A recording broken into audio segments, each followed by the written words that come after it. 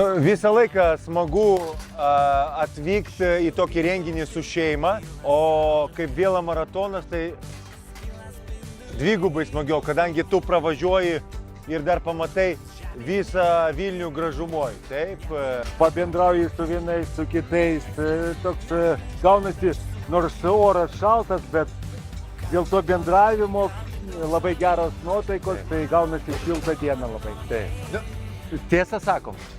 Nu, Tu nemoki meluot. 10 kilometrų. ja. Pažiūrėti į savo amžių, tai užteks. Taip, ne, bet ką šį kartą, šiais metais mums pavyko gyventi tai važiavimą, kadangi mes anksčiau dalyvaudavom, bet niekada nevažiuodavom vėlą maratone. Nes gavom dviračius. Violončino. Ačiū Jums labai, norim padėkoti Violončino.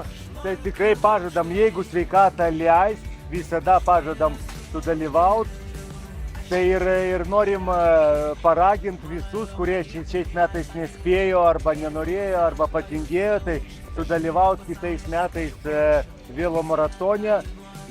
Tikrai smagiai laiką praleisit, nepagailėsit. Čia tikrai padarysit ne tik taip, kad prasmingą darbą padėsit vaikam sunkiai sergantiems, bet ir labai gerai praleisit laiką. Čia jums pažadam. Mano manimu, jisai buvo gražus kaip visada, bet jisai turbūt buvo vėsiausias, kokį aš atsimenu, nes mes čia esame turėję ir liūčių, ir labai karštų dienų. Šiandieną buvo šiek tiek vėsiau, bet tai nesutrukdė žmonėms dalyvauti ir ypatingai daryti gerų darbų.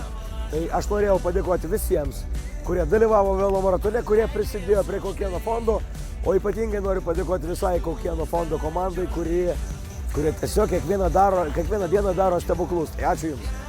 Mes 100 metų į priekį žinome, kada vyks vėlo maratonas. Tai visada yra prieš paskutinis rugpjūčio sekmadienis.